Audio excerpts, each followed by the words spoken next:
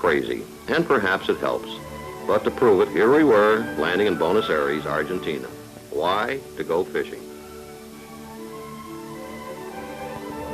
Yet here we were at the first stop, in what seemed to us only a matter of a few short hours. Modern transportation today makes it possible for the sportsman to fish in locations that a few years ago would have been impossible. We had heard many stories of the fabulous trout fishing to be found in the Argentina, never dreaming that someday it would be our good fortune to try these famous waters. We arrived fresh and eager to start out on this super angling trip. However, we spent one day in Buenos Aires before flying on to the lake country. The following morning, we did a bit of sightseeing in this famous city and saw the 9th of July Avenue, the widest in the world.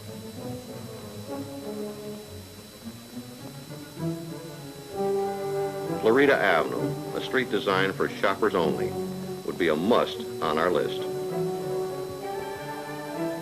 The next day, it was on to the lakes and the big trout, about which we had dreamed.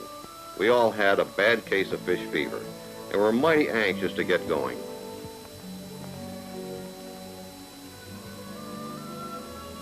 We looked down from a mountaintop at Bariloche, located in Lake Nahuel Huapi, considered to be one of the most beautiful. In a gem-like setting surrounded by the majestic snow-peaked Andes, this region is practically virgin territory. It has lakes in jeweled colors of sapphire blue and emerald green. And this was one of the waters we expected to fish at a more northern location. Bariloche is the starting point for many short and long-distance journeys and is the jumping-off spot for the entire section. It was to be our home base for the many rides of the numerous lakes and streams in this vast group of mountain chains.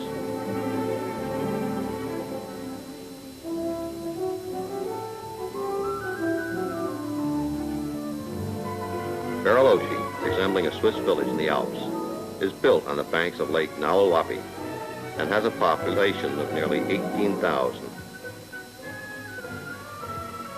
Today, it is a tourist mecca with accommodations to rival any metropolitan city. From water level, we again stared at this breathtaking sight.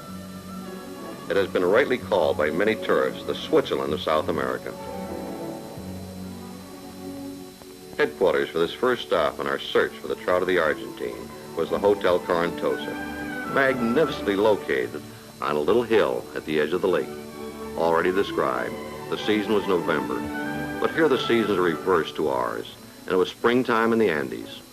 It was a real thrill for us to find lilacs, lily of the valley, and all the spring flowers that we would not see at home for another 6 months. Fishing in almost untouched waters with scenic splendor such as this was not hard to take.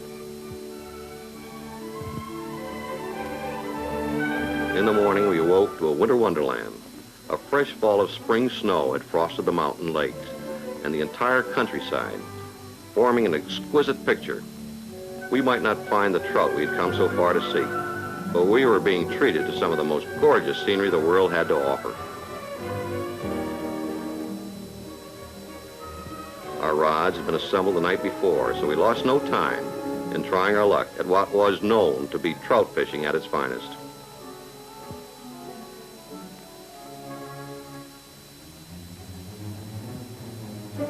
It was good to get that right arm working again. It had been a long time since that last cast of the season back home. We were on and it felt like a good fish. This fella had taken the fly on about the third cast. Could this be luck? Or was the Argentine going to produce fishing such as we had heard? The waters were ice cold, and this scrapper was not jumping, but doing all his fighting beneath the surface. At the moment, had no idea what was on the other end of the line. The trout of the Argentine are descendants of eggs imported from the United States as far back as 1904. They included landlocked salmon, rainbow, brown, and brook trout, and they have flourished in these crystal clear waters. Our first catch from the waters of South America was a beautiful rainbow, an old friend from the USA. Well, if this was an indication of the fish we were to take, it was going to be a mighty interesting trip.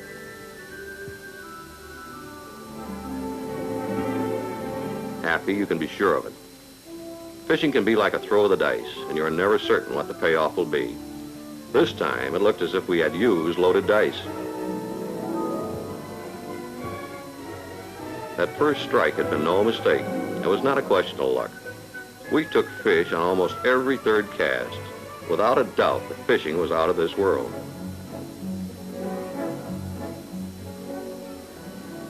We were hitting them in the deep water offshore.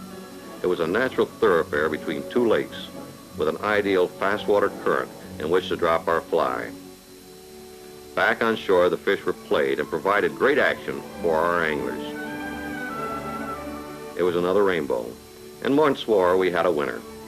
A net isn't needed in these waters. Just slide them into the shallow water and then up on the bank. And that is when Mr. Rainbow is ready. A little pressure put on the rod tip does help.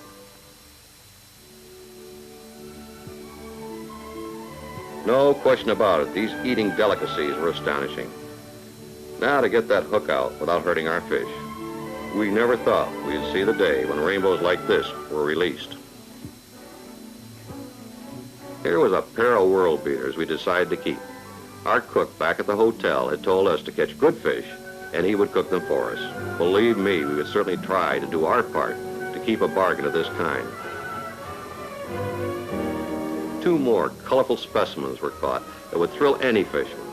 The fish we had taken would average 4 or 5 pounds, but this duo of lovelies would check in closer to the 8-pound mark. We were not the only ones making connections.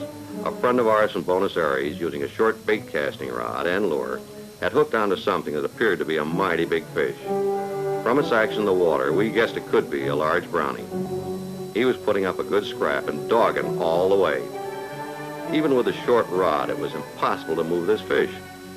The only way left was to keep pressure on the rod tip and let him run when he chose to do so. If you tried to horse this fellow, he would be long gone. We had our first look at this fish when he came to the surface, and we knew it was a good one. He just wasn't interested in coming any closer to shore, so it was a case of going out after him. Man, what a fish, and it was a huge brown trout.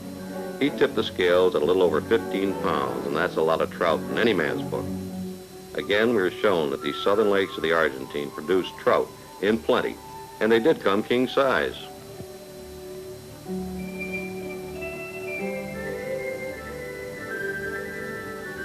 We were only sorry that we had not taken the swimmer with fins on our fly rods. Most of these weighty trout are caught trolling in deep water, and it was the heavier lure running well submerged that did the trick. We were informed that world record browns had been taken from these same lakes.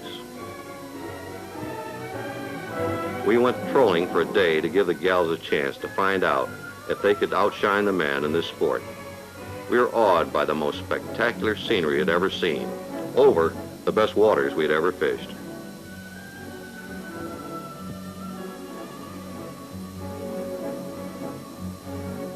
The ladies were alert, and their first strike was good and solid. It was now up to the fair sex to try their skill at this terrific fishing.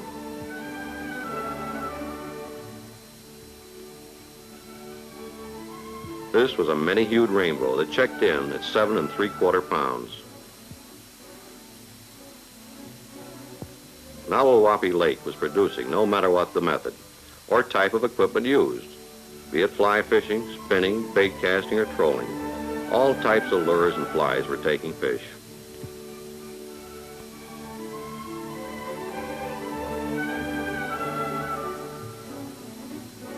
We got involved with another rainbow, which was a bit larger than the first, weighing 8 pounds, 2 ounces. Following a week of sensational fishing in Torrentosa, we traveled further north to San Martín de los Andes, a small and charming village. It had taken a lot of persuasion to make us quit the fishing we experienced in the south. But then anglers the world over are constantly searching for that new and better lake over the mountain. We were no exception. After listening to the tall tales about the celebrated lakes around San Martín de los Andes, namely Pichitraful, Faulkner, and Huichilafcan, experimenting in new waters in this country was no gamble.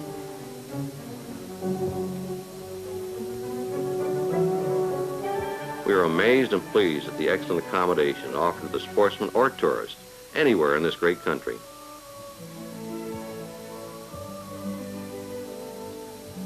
International fishing ranks high in the activities of today's world traveler and outdoorsman.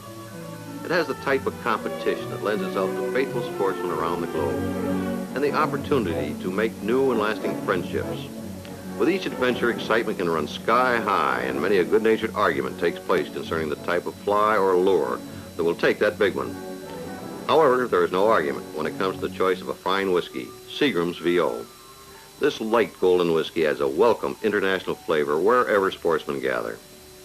This end of the day can be best of all as the stories grow taller about the big one that got away, and that tackle buster, which will be coaxed into biting on that favorite fly come tomorrow. Yes, new friends, good fellowship, and fine whiskey are the perfect combination to make any fishing trip a success, and Seagram's VO is known by the company it keeps.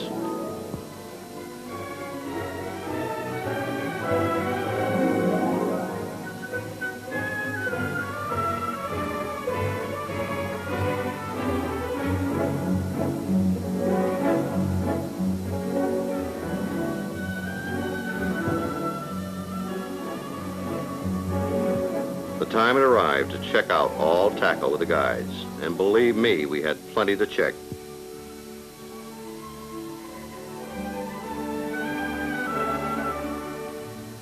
We were ready and waiting bright and early, eager to be on our way to what we believed would become another novel situation in fishing. But then, what day's fishing doesn't offer something new? It made us happy just to be here, appreciating the unsurpassed, majestic Andes. Combine that with fishing the Argentine waters in springtime, and you have pure pleasure.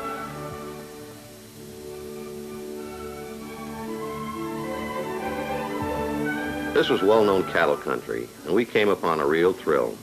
Gauchos were rounding up cattle to shift them to new spring pastures. It was a picture we'd been hoping for, and Lady Luck smiled on us as we approached this herd right on the road.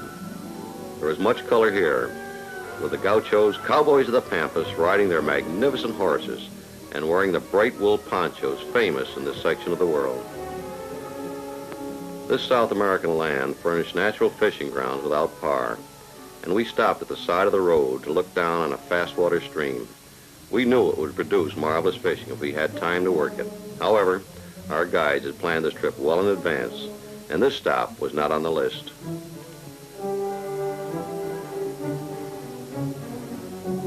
Our first look at Lake Pichi-Trapul showed us sparkling aqua blue water guarded by snow peaks. Here, we imagined, were more of the big trout of the Andes. The guides explained that this towering volcanic snow peak was half in Argentina and half in Chile. It had true beauty from either side of the border. Since it was fishing we came for, enthusiastic anglers started working that fly. We were staggered by the same old story, if you can call fishing like this an old story. It began right where we left off in Corantosa. After a few casts, a fish would strike, and the same spine-tingling sensation would follow. Thrills of this kind never grow dull when these plucky fighters smash at your fly or lure, and you feel that heavy tug of a good fish on the end of the line. The trout in this icy waters were battling in the same manner as their relatives had done further south. No jumps were attempted, but they stripped off line as they sounded and ran. The rainbow in this area seemed to be more deeply colored, and our fisherman had the same smile of complete satisfaction that he had registered at Corantosa. It was becoming broader as day after day this unusual fishing continued. They hated to waste the time, but then a man asked to eat, and they were hungry.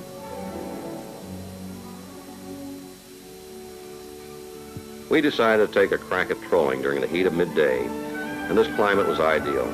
Warm days and extremely cool and comfortable nights were common. No special thought was given to really taking fish at this time. However, who can judge what any fish will do at any time, especially in these lakes? Lo and behold, we had one on, and I think we were surprised at the fish. This was siesta time down here, but these descendants of eggs from North America have forgotten to read the book. It just goes to prove that you can't catch fish sleeping under a tree on shore, and we had traveled here to catch fish.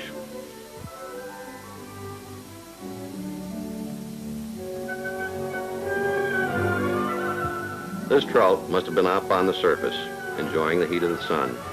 It did seem incredible, flat dead water, and yet we had hooked a good fish.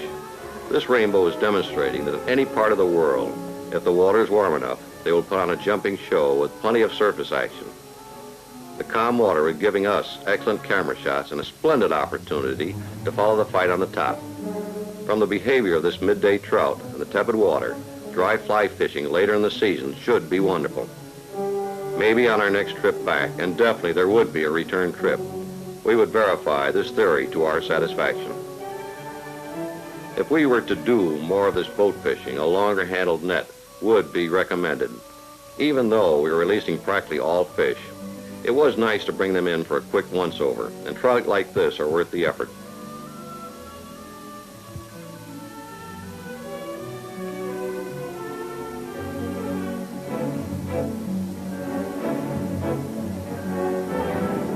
The proud fishermen would certainly have to hold up and admire a rainbow like this for a picture record to the folks back home.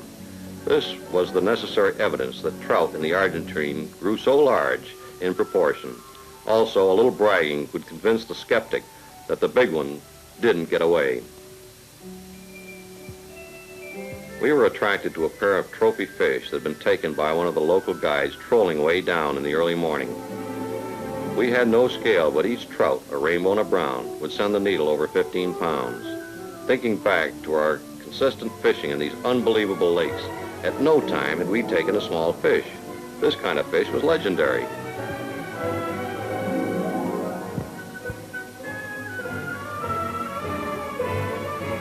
We took to the air, this time for Uruguay and the Fighting Dorado, known as the Gold.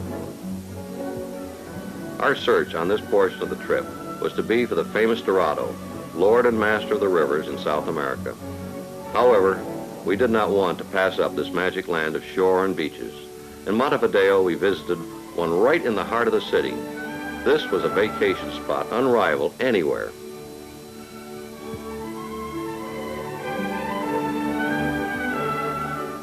We decided to drive along the picturesque coast, which afforded miles and miles of unspoiled beaches, and has been accurately named the Riviera of South America. The endless, smooth-rolling hills and occasionally a lazy stream ambling through the woods sometimes leads right down to the roaring, iridescent ocean. 300 miles of coastline form the connection between Montevideo and the Brazilian border. We'd enjoyed it all thoroughly, but then we were fishermen and anxious to make our try for the savage fight of the interior. Our new base of operations was Salto in the falls of Salto Grande on the Uruguay River. Fishing here was a free sport and imposed no regulations or restrictions, and was popular the year round.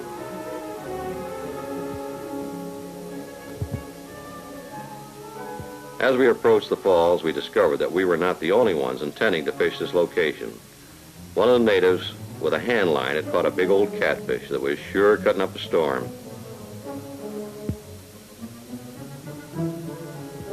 This was quite a fish, but not what we were pursuing. However, this fisherman could not have been more proud of his catch had it been a tuna, marlin, or swordfish. This huge cat would guarantee plenty of fish fries. This fishing hole would make a poet out of any follower of Isaac Walton. The Uruguay River is the natural division between Uruguay and Argentina, and its head spring flows from two Brazilian rivers originating high in the hills. It runs as a plateau river gathering the intertropical rains, and as it follows a weaving path into both countries. The course widens, growing deeper and forming in the mid-part of its way two magnificent falls. We were to fish one of these, the Salto Grande, called the Big Falls.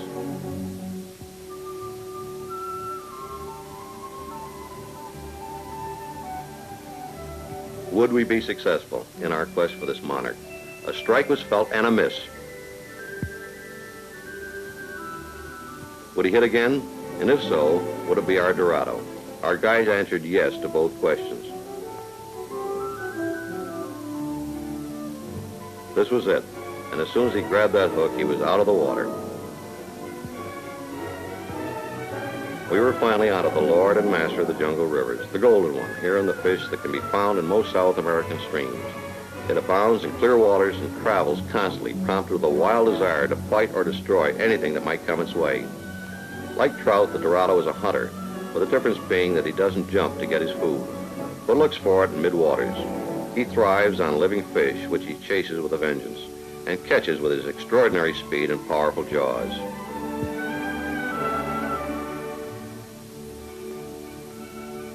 It takes a good fisherman to land a Dorado from a boat in this rapid water. A rod must have plenty of backbone to be able to set the hook on the strike. The Dorado has a very hard and tough mouth, and native fishermen use a heavy, rigid 7-foot rod to conquer this killer from the rivers. He came to the surface, and you thought you had him, but away he would go. We were using light tackle and artificial lures, and were beginning to wonder if the heavier rod was not the right method. When this baby took off downstream, it was almost impossible to stop him. Our guides, after inspecting our tackle, told us we would never take a Dorado on this fragile equipment.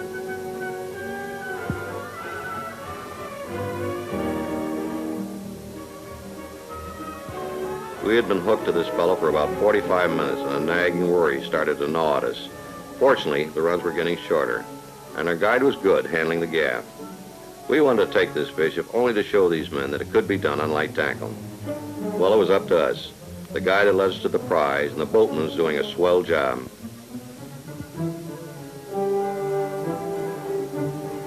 According to all standards, we had our golden one licked. But our guide was giving us heart failure by snatching at the slender line, trying to bring the fish closer to the boat. A heavy one of this caliber in fast water can suddenly break off with ease, and a sharp switch or run would have us telling the usual fish story about the big one that got away. We had done our best and could only sit back and sweat it out with rising blood pressure.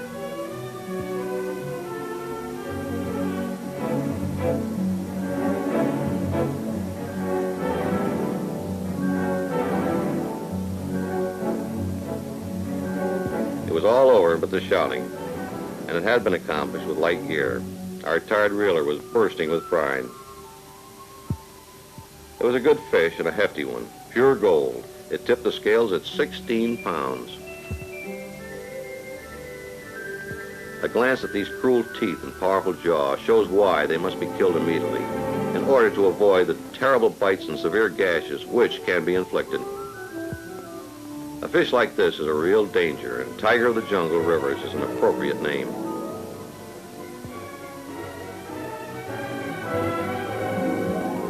Mission completed, and Argentina and Uruguay had added their countries to the list of famous fishing grounds around the globe. Back in New York after a short overnight flight, we could make future plans to return to these lands of scenic beauty where the fantastic fishing for the trout of the Andes and the Dorado, golden one of Uruguay, would entice all devoted anglers.